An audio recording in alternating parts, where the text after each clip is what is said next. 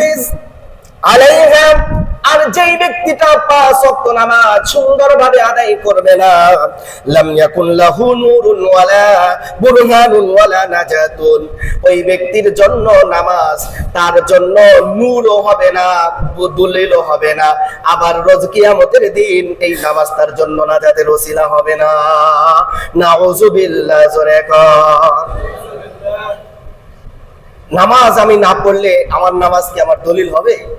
আরে ভাই, আমার পকেটে টাকা থাকলেই না আমি কিছু কিনে খাইতে পারবো, আর আমার পকেটে যদি টাকা না থাকে তাহলে আফসোস করা ছাড়া উপায় আছে?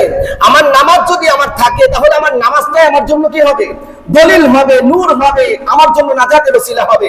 নামাজই নাই, কি এর দলিল আর কি এর নূর আর কি এর কি? এজন্য নামাজ পড়ার দরকার আছে না নাই? সবাই পড়বো তো ইনশাআল্লাহ। আর কি বলে শুনেন, আল্লাহ রাসূল বলেন নামাজ পড়বা না, দরকার নাই, ঠিক আছে, তোমার যেমন চাইতেছে তুমি করো। নামাজ না পড়লে বলেন তো ফিরাউন ইসলামের শত্রু নাকি বন্ধু? হামান শত্রু না বন্ধু? আবু জাহেল, উবাই ইবনে খালদ, এরপরে নমরুদ, এরা সবাই কি ইসলামের শত্রু এবং কাট্টা কাফের, এবং এরা যে জাহান্নামী, এর ব্যাপারে কারো কোনো সন্দেহ আছে? নাই।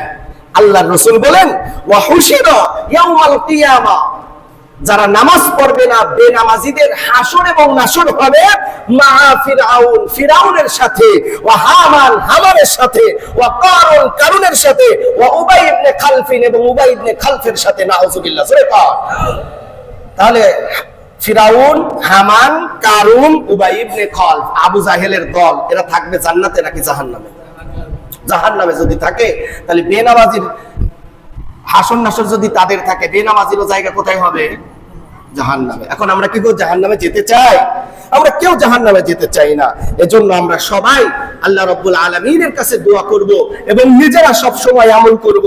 আল্লাহ রাব্বুল আলামিন যেন আমাদেরকে 5 ওয়াক্ত নামাজ জামাতের সাথে পড়ার মতো তৌফিক এনায়েত করেন। আমরা সকলে বলি আমিন।